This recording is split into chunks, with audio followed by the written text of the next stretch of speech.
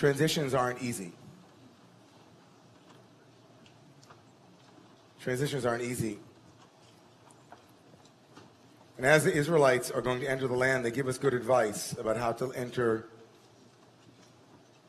many different situations.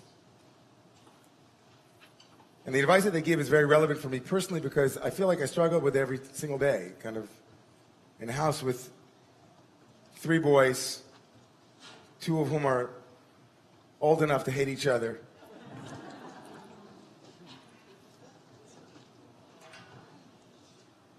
The relationship between giving and taking, the relationship between together, working alone, the relationship between owning your own egoic achievements and giving them away, the relationship between I and we. Of course, I'm being slightly tongue-in-cheek that is about children. Children struggle with it more overtly than adults, maybe not. I feel as though it's a pretty fundamental human question, the relationship between inside and outside, between here I am and there you are. And how does that work?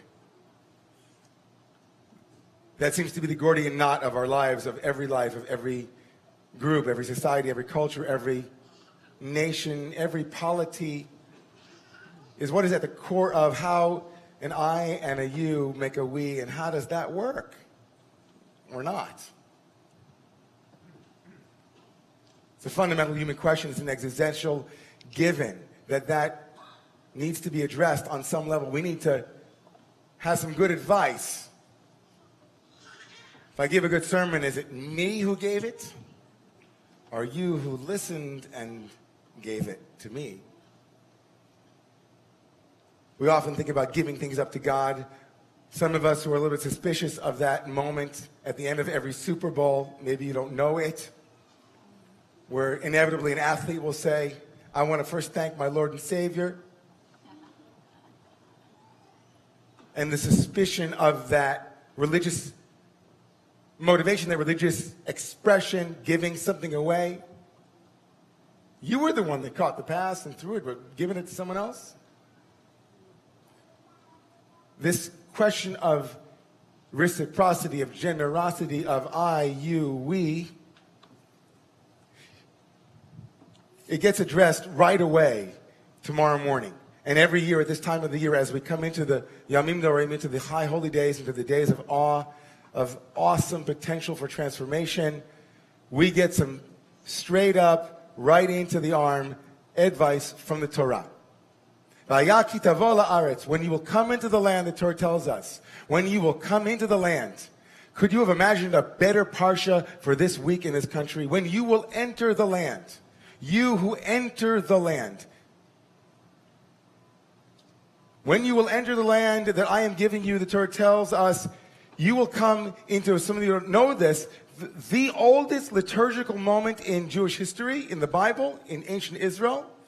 The most profound, the only really liturgy, actually word for word, what was to be recited in the temple precinct. You are to come into the land, and immediately the Torah tells us, here's what you have to do if you want to stay in the land and you want to be upright citizens. You have to bring first fruits. The mitzvat bikurim. Bikurim means first fruits.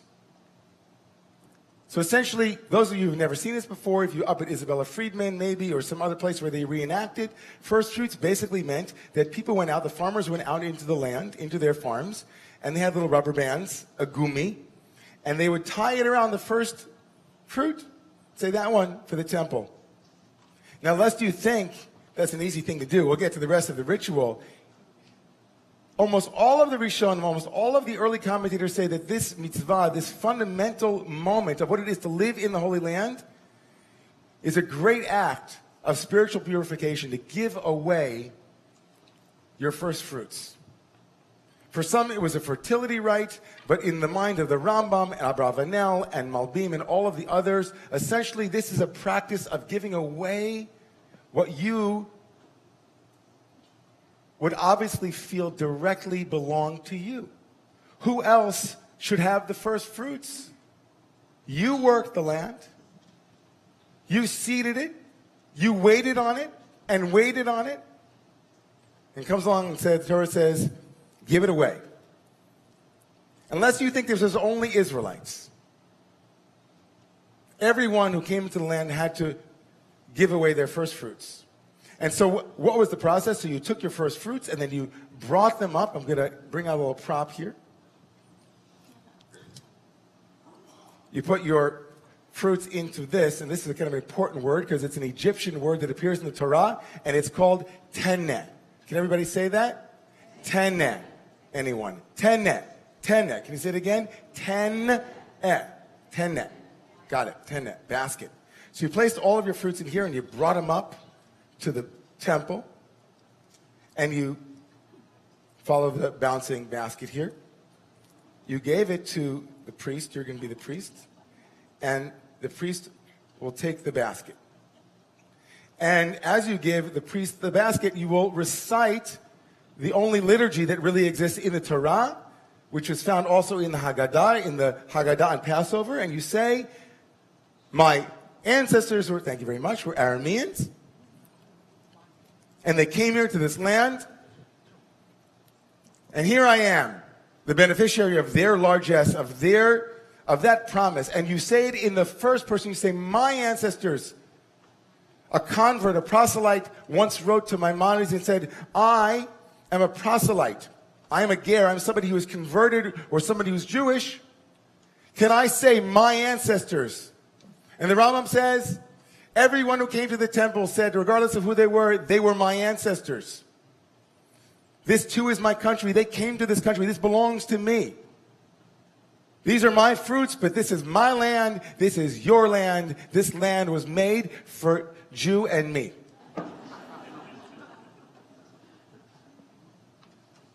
And so if you follow the balancing basket, there's a moment here that is so powerful that is, for me, the best advice. We could talk about DACA,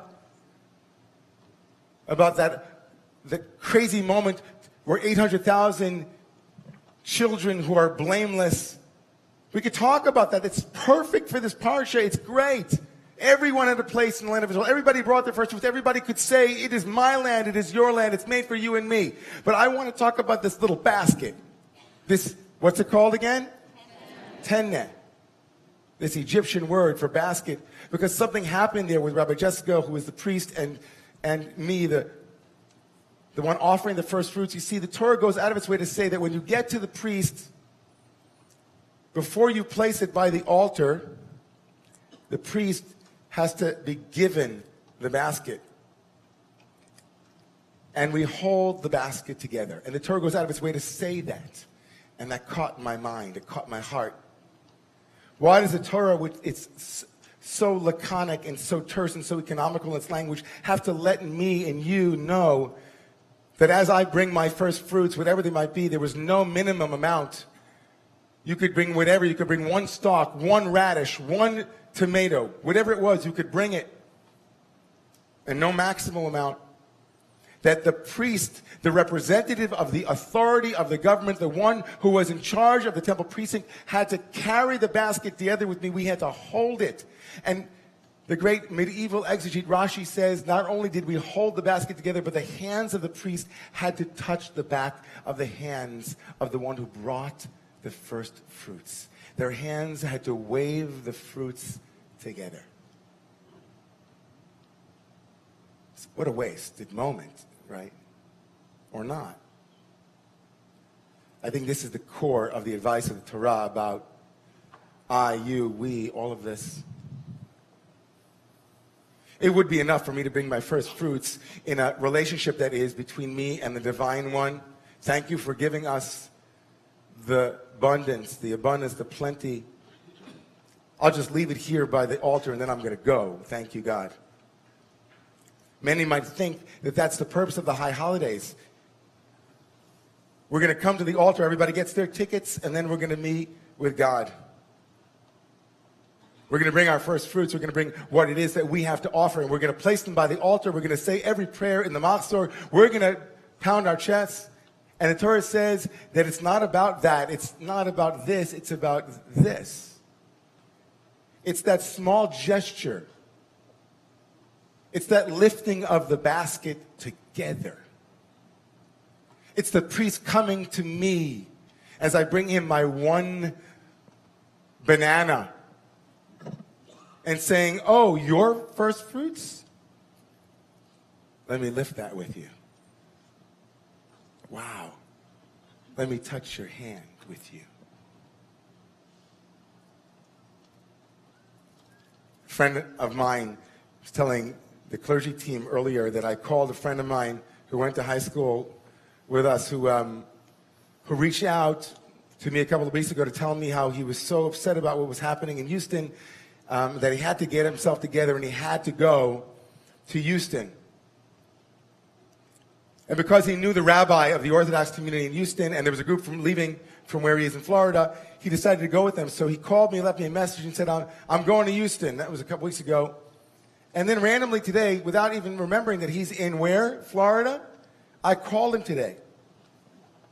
I said, Emil, how's it going? He said, wow, it's so great that you're calling me. You know it's coming, right? I'm here in my home. I've sent my wife and I sent the kids up to New York, and I'm here making sure I'm batting down the hatches. I'm making sure everything's going to be okay, but it's hitting here tomorrow. So he's online now, watching right now. And I said, Emil, I love you. We're thinking about you. And then he said something so powerful to me. He said, you know, I went to Houston and I helped, and I had never seen so much devastation in my life. And there was Rabbi Avi Weiss was there and some other great rabbis. And we sat down at a kumzitz. We started singing songs together. We were holding hands. And Rabbi Weiss said to me, this gathering, this moment, after helping these people here in Houston, is holier than any of the high holy days. And my friend Emil said to me, I feel more alive as a Jew and as a human being today than I've ever felt in my life, because I made that trip and I helped out. I extended myself, and now here I am, he said, and I'm ready because I trust that there will be people that will also come to help no matter what happens next.